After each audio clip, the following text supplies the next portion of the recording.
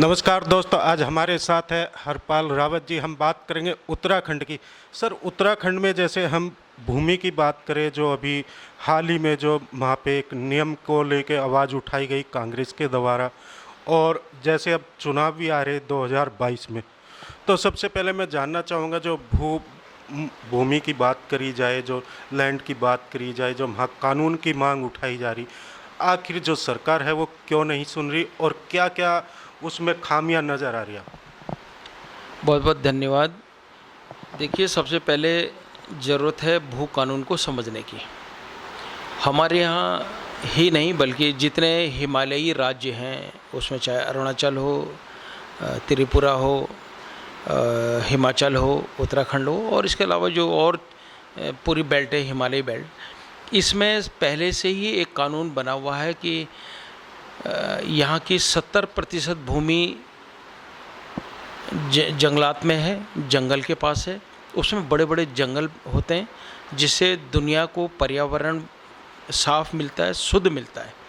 मात्र इनमें 30% भूमि, उत्तराखंड में भी सेम यही स्थिति है कि हमारे यहाँ 70% से अधिक क्षेत्र जंगल का है, और मात्र 30% भूमि ऐसी है जहाँ पर रहने लायक और कृषि योग्य ज़मीन है।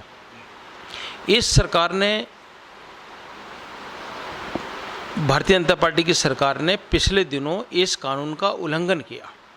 हमारे समय तक, जब तक कांग्रेस की सरकार वहाँ पे थी, तब एक कानून हुआ करता था कि कोई भी बाहरी आदमी 250 गज ज़मीन लेकर के अपना मकान बना करके वहाँ रह सकता है।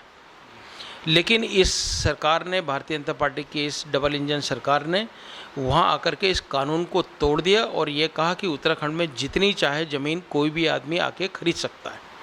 ये मात्र एक बहुत बड़े घराने को एक बिजली षड्यंत्र खोलने के लिए एक इजाज़त देने का मामला है। एक बहुत बड़ा घराना है जिसको सोलर का एक बहुत बड़ा प्रोजेक्ट दिया जा रहा है, उसमें 100 एकड़ से ज़्यादा ज़मीन उसको दी जा रही है। उसकी आड़ में उन्होंने ये कानून तोड़ने का काम किया है, जिसके कानून तोड़ने के बाद उत्तराखंड को बहुत भारी नुकसान होने वाला है। क्या उसमें जंगल की कटिंग भी होगी, जो पेड़ पौधे हैं?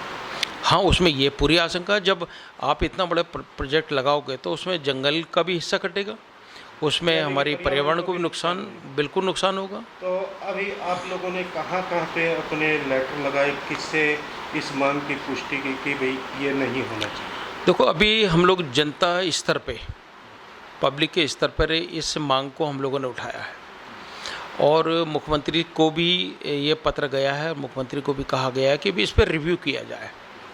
लेकिन पूर्वोत्तर सरकारें जो हैं वो इसके खिलाफ अपनी पार्टी को समझाने का कार्य कर रही हैं कि इस कानून को ऐसे ही रहने दिया जाए। अगर ये कानून ऐसे ही रहता है तो उत्तराखंड के अंदर में जो कृषि योग्य भूमि और लोगों के रहने की, प्रवास की जो भूमि है, वो बहुत संकुचित, बहुत छोटी हो जाएगी। पहले ही उनके पास ज़मीन नहीं है, उसके बाद ये और लोग बाहर से आकर के वहाँ को, उत्तराखंड को अय्याशी का अड्डा बनाएंगे, ऐशगाह बनाएंगे, तो ये उत्तराखंड के लोगों को स्वीकार नहीं है। वहाँ अपने बड़े बड़े होटलर्स को, बड़ी बड़ी इंडस्ट्रीज़ को ये छूट दे दी कि वो जितना चाहें वहाँ पे ज़मीन खरीदें और अपने होटल्स को बनाएं। ये सारे बाहरी लोग हैं, वहाँ के लोगों को ना रोज़गार का फ़ायदा है, ना इतने बड़े इंडस्ट्री खोलने का कोई फ़ायदा आज तक लोगों को वहाँ मिला है, इसलिए इसका विरोध जारी है। Like, share and comment. To subscribe this channel, please press the bell icon.